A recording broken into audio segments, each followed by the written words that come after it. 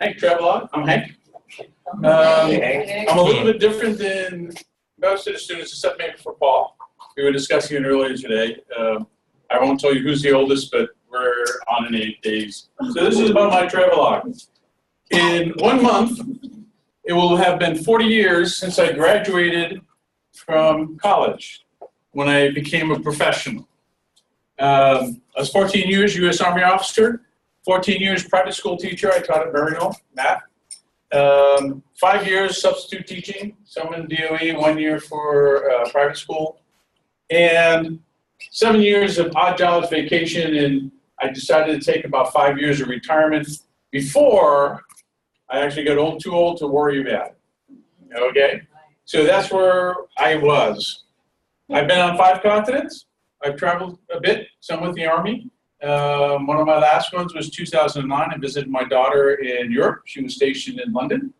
So I've been around a lot, seen a lot of cultures, done a lot of things. I figure at least 40 different places I've either visited or stayed over or been at in the military, travel around the world a lot. I grew up in Rhode Island. I went to college at West Point in New York. So I was in New York City a lot of times. Been a lot of different places. Went to school in Indianapolis, in the Army, and several other things like that. So, depending on my workload, because we're talking about annotated bibliography, I figure that I've read about a book every 2 weeks, because I like to read. Some of it was, again, depending on your workload, some of it was professional, as an Army officer, that type of thing. Some was just for fun, because I like reading. I'm curious, a lifelong learner. Something that any of you ever want to hear. Another story is what West Point does to people. I had 6 electives in college. I took so many different courses, it's not funny. We end up with, when I went there, 147 credit hours. So we were very busy with a lot of different things. I figure over those 40 years, I've read over 1,000 books, at least. Okay. This is a partial list that I went through in about maybe 15, 20 minutes of books that I have read. Okay? Now, and they're all over the place. Dune series, science fiction, Platoon Leader, The Civil War, The Forgotten War, those are professional books. Okay, there wasn't stuff that we were required to read, but as a professional military officer, you got to know about that history, what's going on, how those things work. Manual for court martials. Okay, as a commander in the military, you got to know the manual for court martials. All right, what goes on in there? That's basically the legal system for the military. And then other interesting things, fantasy, The Lord of the Rings, Tess and the D'Urbervilles. I started reading, for instance, different books by different authors. So Thomas Hardy came up. I was like, okay, well, let's read that, see what's in there. I read about the French Revolution, another type of history books, fictionalized fiction. And I'm just thinking about it now. All of the fictionalized history by Schlesinger, not Schlesinger, yeah. I can't even remember the author, kind of thing. Philosophy, The Fountainhead, The Republic by Plato, a lot of different things. And that's my book, Travelogue. That's it. Okay? I don't know what you're talking about, but this is it. Because I didn't write anything down. Now, I can remember favorite books. Like I said, I had that whole list, right? I went through all of that. But I didn't write anything down. Even as a professional Army officer, where that stuff was important to me, where I had to do that stuff and had to remember it, nothing written down. So just like reflecting, like doing a lot of the other stuff, if you don't write it down, you forget most of it. So I figure that I've remembered about 10% of the books that I've ever read. 10% that I shouldn't remember at all, because if you're going to read, you're going to end up reading some bummers. Otherwise, you're not reading enough, okay? And then there's probably about 80% unaccounted for. I mean, if I sat down over days, like I was just remembering reading Centennial and reading Noble House and all kinds of other stuff. If I sat down for days, I could probably come up with probably maybe 50% of the books. But even then, there's a lot of stuff that's in there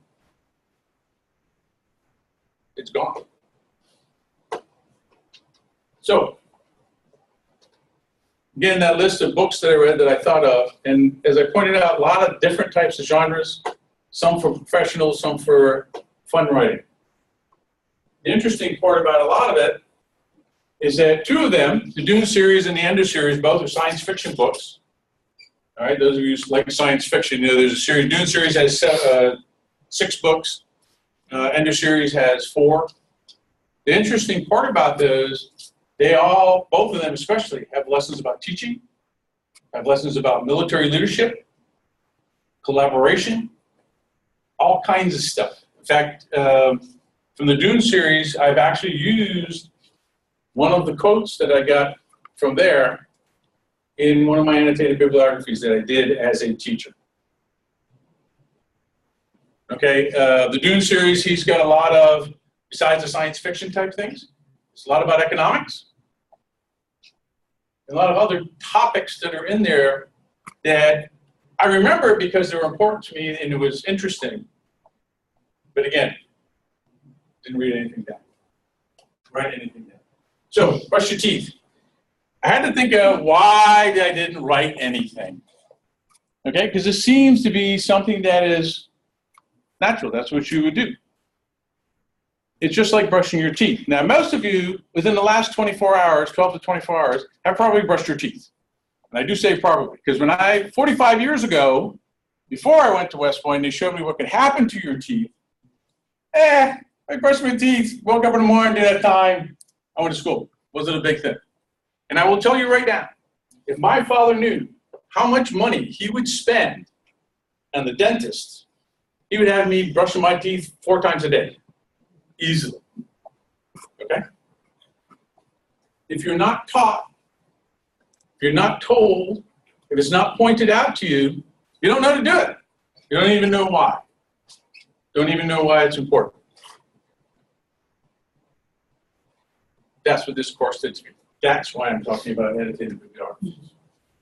Before I started the course, I read The Knowledge Illusion. Very interesting book about knowledge. It's all out there, the internet. You don't keep it all in your brain, you go find it.